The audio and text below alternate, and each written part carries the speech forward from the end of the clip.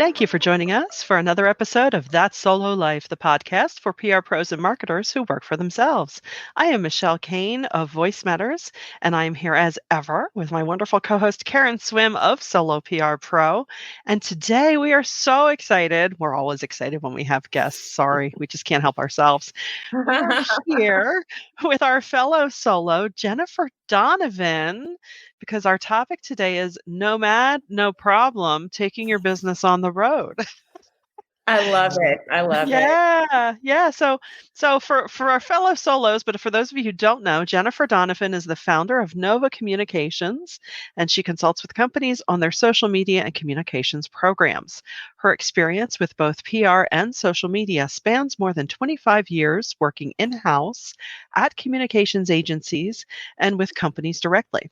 Since starting Nova, she has worked with companies of all sizes across various industries, from startup consumer application companies to billion-dollar global technology companies. And as I said before, she's also a fellow solo. So we're thrilled that you're joining us today, Jennifer. Thanks for taking the time. Excited to be here with you guys. Yay. This is fun. So excited to have you. And I feel so immensely blessed that Jennifer is not only a solo, but I've had the pleasure of working with her and can vouch that she's such an expert in her craft and so professional, so smart. I've learned so much from her. And she has a really impressive resume because she is one of those people that not only can do the work and design the strategy, but she also is an excellent teacher. So she's done a lot of training and workshops for big agencies and for PR pros. And she's so fantastic and so memorable. I was talking with one of our team members and they were like, yes, I remember Jennifer Donovan very well. And she was rattling off things about you. And I'm like, yeah, because once you meet her, you never forget her. So thank you so much for navigating the time zone and being here with us. I'm so thrilled. Well, thanks, Karen. That's so sweet. And yeah, I've been a solo for almost as long as I've been a solo practitioner, and had the pleasure of meeting you in Atlanta all those years ago, and being able to meet a lot of the other solos. So it's been a great ride since I starting doing this. It'll be 9 years next month. That's fantastic. Congrats. Congratulations. Yes, we'll always have Atlanta. Mm-hmm. Yes. That was one a fun couple days. Again. I know, right? We'll do it again one day. Yeah. But so recent developments, when we did meet back in Atlanta, you were based in San Francisco, but recently you made a pretty major move. Tell us a little bit about it. That is correct. So I was in San Francisco for 25 years on and off. Had a little stint on the East Coast for a few years, but about a year ago moved to Lisbon, Portugal. So I've been here. Yeah, it'll be a year in April that we moved here. So yeah, I always knew I wanted to live outside the US. I started traveling internationally in my teenage years and really just caught that wanderlust bug, and realized I have just a huge curiosity for other cultures and foods and languages and people. And so, my partner Paul and I had traveled quite a bit together in the 13, 14 years that we've been together. And we started realizing we were kind of always the outliers. We were either not as old or not as young. So it was either people in their 60s and 70s that were retired, or teenagers, or, kids that had just gotten out of college. And we thought, oh, this is interesting. So it sort of gave us the idea that, well, if we're going to move somewhere, we want to do it when we're young enough to really be able to enjoy it. So when we first visited Portugal about 3 years ago, we fell in love with it almost from day one. It was really interesting how much it captured our hearts, and we loved the pace of life and the people, and just the beauty that, we're on the ocean, and there's mountains and wine regions, and it's just a really interesting country that a lot of people hadn't heard of. So, heard of, but like hadn't visited. It's not, when you think of Europe, people think Rome or Paris or, London, but you don't really, hear a lot of people come to Portugal. So we were pleasantly surprised that we loved it so much. And we came back a few months after our first trip and bought a house. So It's phenomenal. How yeah, so cool. we owned the house for a while before we actually decided to move. But I think the pandemic really was a motivating factor in the move. Sure. It gave us some quiet time to reconsider really what's important about our lives, what we wanted the next phase of our life to look like. And I think, slowing down, not being part of the rat race, having more time to explore and, discover new things around here really were part of the reasons for that inspired the move. And we definitely miss the people in our community that we built in San Francisco, but we are really lucky to have created a wonderful community of friends here even in just the year that we've been here. No, it's so true. I have know, friends. So go ahead. Go ahead, Gary. Since the pandemic, I've heard, obviously, it was a major shift across the globe that has us all rethinking and redesigning our lives. And so I've heard a lot more people wanting to either live abroad part of the time, or they're thinking ahead about relocating somewhere else. I think it's beautiful how your place found you and worked its way into your heart, and you knew immediately. But what would you say, where can somebody because you guys put a stake in the ground and committed to Yeah. Portugal before you even make a We did. move. What would you say to those solos who are like, I've had like this undercurrent of a wanderlust and wanting to see and do? What would be some of the things that you would advise them to do before they take that step of going to find their new place? That's a good question.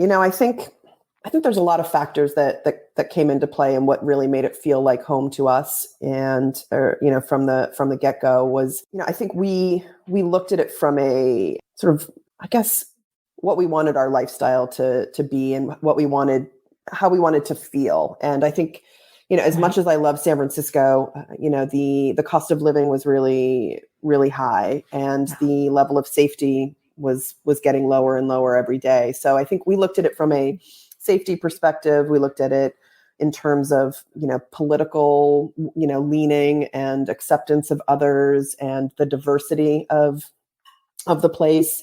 And, not to forget things like climate and access to going back to the US. So being on the West Coast of, the most Western country in Europe was a factor, because it's almost the same as flying from San Francisco to the East Coast as it is from here to back to the East Coast, and the climate. And, I think just, as you get older, there's certain things that are non-negotiables in your life. And so while moving to, a beach town with a bunch of retirees may sound good, are you going to be able to make the right connections, or is that going to give you the access to arts and culture and music that you might be looking for? So I think thinking of the things that you really enjoy in your life, and are you going to be able to find those in a new environment? And, a lot of the other things will sort of fall into place. I think, for me, I realized that my worries and my concerns were really my biggest hurdles when we thought about moving here. But at the end of the day, it was really easier than we thought it would be. But, from a business perspective, I think there's things you need to take into account, obviously time zones and adjusting your work hours, Sure. finding new business, depending on what industry you're in. If you don't speak the language, maybe finding new business and new clients in that country may be difficult, unless, you do speak the language, or there's a high proficiency of your native language there. So that's something that, I had to consider, as well as budgets being different than they may be in the US, if we're comparing US to other parts of the world. But, on the flip side, there's cheaper Wi-Fi, cheaper cost of living. So, there's some trade-offs there too. Yeah, absolutely. Yeah, that's what I was thinking. Wi-Fi, making sure that the infrastructure, not just the business community, but the infrastructure is sound, because if you can't get good Wi-Fi, we're dead in the water.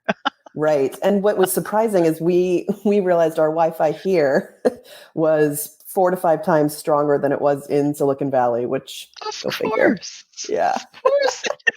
No, Yeah. It's funny though, but yeah, I think like you say, the sense of place, the vibe of a place is so important when making a decision of, could I live here? I've in Hmm. the places I've gone, I've checked myself. I'm thinking, it's different here in a good way. Yeah. That's cool. I have friends who they're digital nomads in Playa del Carmen in Mexico, and Hmm. they never let us forget it Yeah. with their constant beach posts, but we still like them.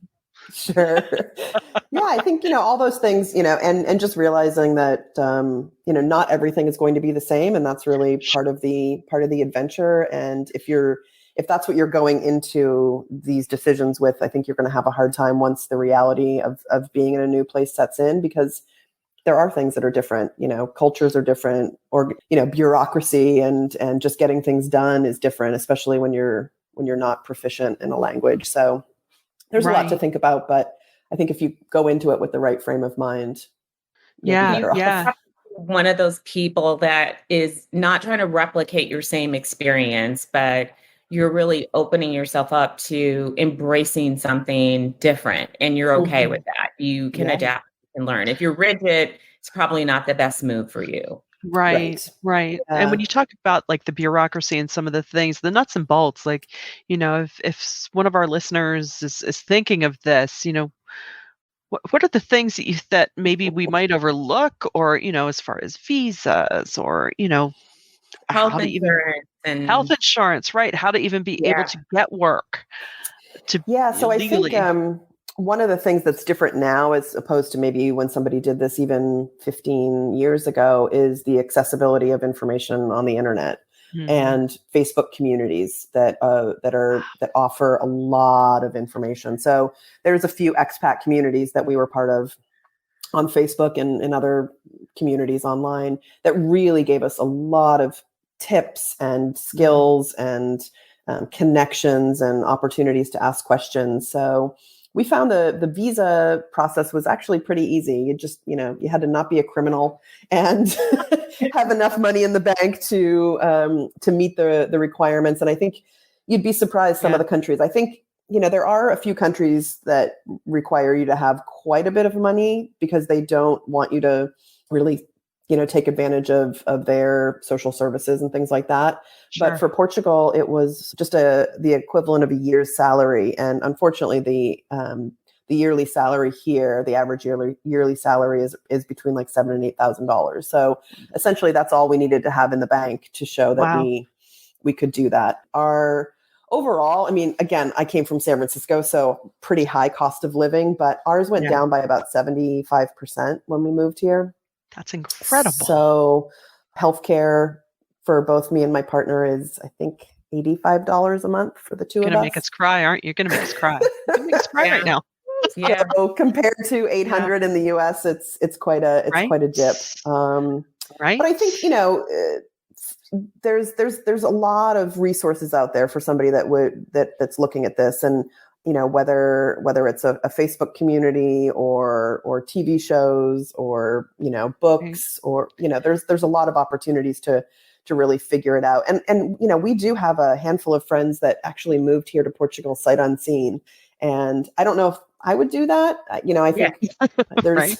there's a few things that I would probably want to figure out beforehand, but so I think, maybe narrowing down your choices and then visiting a Mhm. place and maybe spending time in that place at different times of the year as well, because, there are places where, maybe it's really touristy in the summer, but it's really dead in the winter. And, so I think just kind of figuring out how it fits in with your lifestyle is important.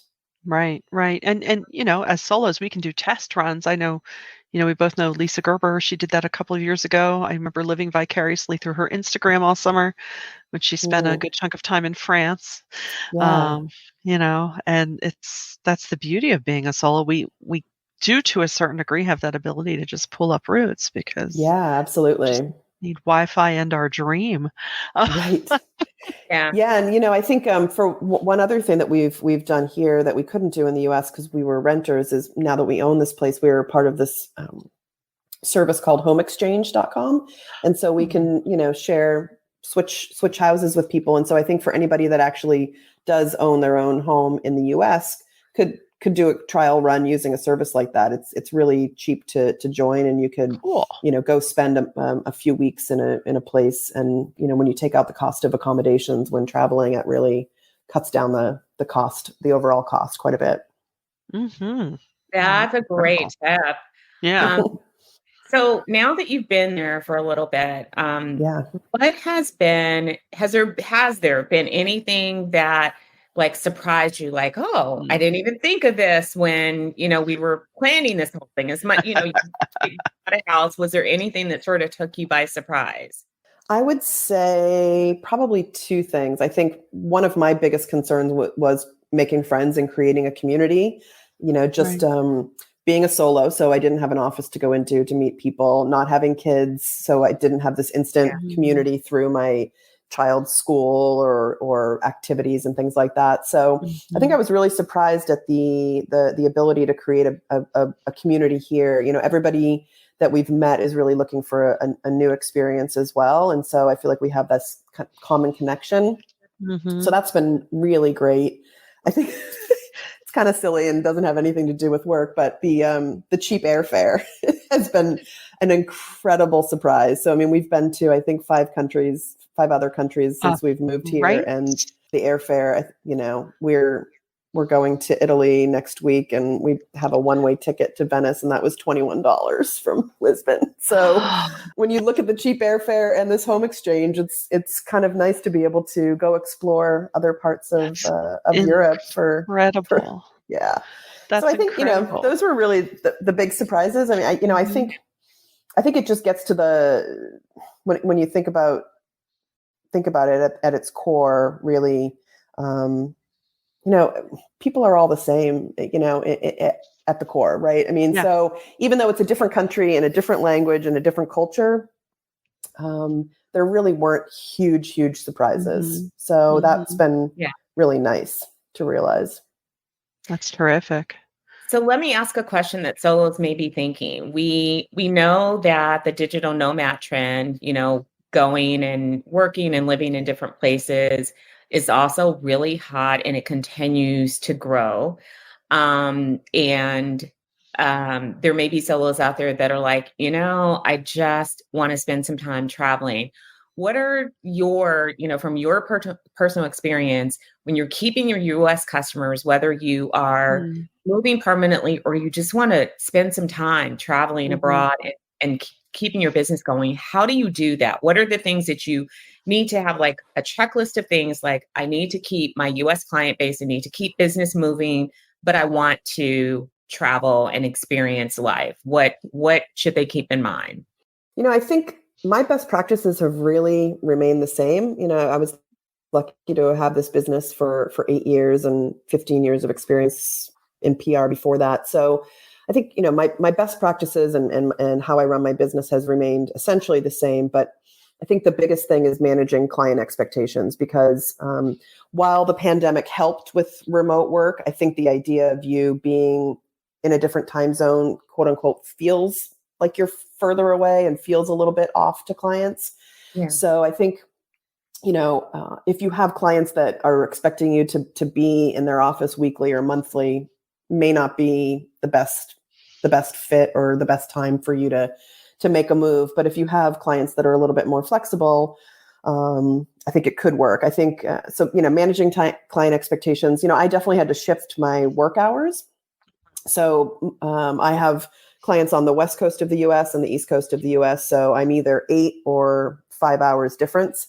So usually I have most of my mornings free, so I can get a lot of work done, which is great. So my ability to do a lot of the work before my clients come online has cut down on a lot of need for meetings or back and forth on Slack or email. But most of my engagement with the clients does come between 4 p.m. and 9 p.m. for me. So I've had to just adjust that a little bit.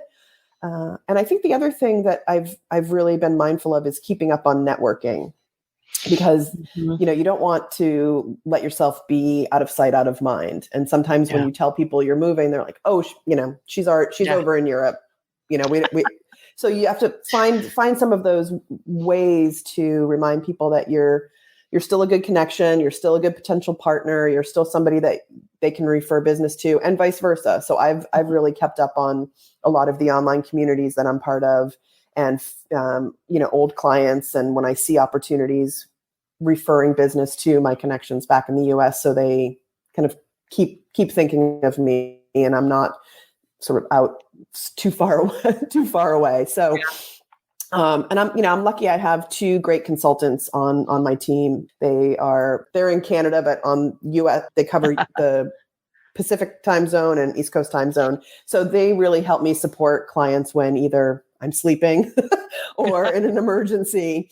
So that's really helped. And, I think the other thing is, if somebody's thinking about doing this, back to the cost of living decrease, right? I think that has really changed how I look at my business. Being in San Francisco, I had to think about each new lead that came in a different way, because if I lost one client, it could really affect my life. Whereas here, I can be a little bit more flexible in the types of clients I take on, and be a little bit more picky. And so I think, that if somebody's thinking about that and they maybe have a client that's a little bit more rigid, think about what your cost of living might be. And I think it can help you be a little bit more discerning with how you're structuring your business. Yeah. As well as, there's potential for, again, I have two awesome consultants that have worked with me for years, back in Canada, but there's also the opportunity to start to nurture those connections in the country that you're moving to. And so, whereas the hourly rate for a consultant in the US or Canada will be probably quite a bit higher, if I needed some extra support here, I could probably find that at a lower rate, while still, I'm getting paid in US dollars, but if I could find some support and support the locals and the local economy, that can help you adjust how you think about your business and your client load and all of that. Right. Speaking of financials, and not to dig too deep, but something solos should probably keep in mind is, clearly you're probably still either have dual citizenship or maintain citizenship. So the IRS still wants what they want. Yes. So you probably want to find a good accountant that's savvy in someone who is a digital nomad or someone who lives abroad. Yeah, absolutely. So as a U.S. citizen, you will always, regardless of if you make a dime in the U.S., you always have to file your taxes every year, even if you just put your name and social security number and all zeros. So that's something that will never go away. I actually haven't made any income from a Portuguese source yet. So, but you still have to file again here. But I have a great accountant. She actually lives here, but she's registered to do work in the U.S. So she understands how to work with people with U.S. citizenship that are, so my LLC is still based in the U.S. and you file those first, and then you show Portugal that you didn't make any money from a Portuguese source. But that's really, really important. And, there are, financial wise, there are some other things to think about in terms of bank accounts and mailboxes. So we have a virtual mailbox now that everything gets sent to, because the mail system here is, it's private and a little interesting. It doesn't work as well as we would like. So we have a virtual mailbox, and it is, some banks don't allow you to open an account with a virtual mailbox. You actually have to have a physical address.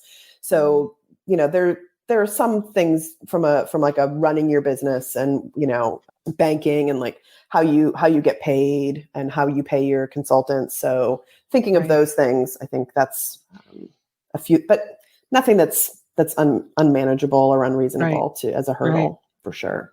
Yeah. I did not even know that there were virtual mailboxes. So I know. I was like, ooh. And interesting to hear the private doesn't work so well, because as you know, we have this little problem with the U.S. postal system, and it doesn't always work well either. Right. Yeah, the virtual mailboxes are great. What they do is they send you a message. There's an app, and they send you a message when you get a new piece of mail, and you can either have them open it, or if you know that it's a piece of junk mail, you can just have them recycle it or shred it. And if you actually do need that piece of physical mail, sometimes you can just save it as a PDF and that's all you need. But if you do need it, those services will actually send it via FedEx or UPS to you wherever you are. Love it. Yeah. Love it. No. Yeah, that's a good option for people who might be moving around a bit to set that up, because they're not going to be in one place for a long period of time, and they have that option. I love that. Yeah. And the other thing that I did with my LLC is I moved everything out of California, because California is kind of a tricky state. When you move out of the country, they still try and get you for state taxes. Mm-hmm. So I moved my LLC to a non-income, non-state tax state, if you will. So I chose Delaware to have something in common with Joe Biden. Yeah. So that's, that was another thing that I thought of in terms of, kind of association with your home state. Yeah. It was easier for us because we didn't own any property in California, but I think if somebody was moving abroad but still keeping a house, you could still use that as your home address. You wouldn't necessarily need the virtual mailbox, but so there's a few things to think about there. Yes, we made many a trip across the Pennsylvania border to go shopping at the Christiana Mall in college just to avert the sales tax.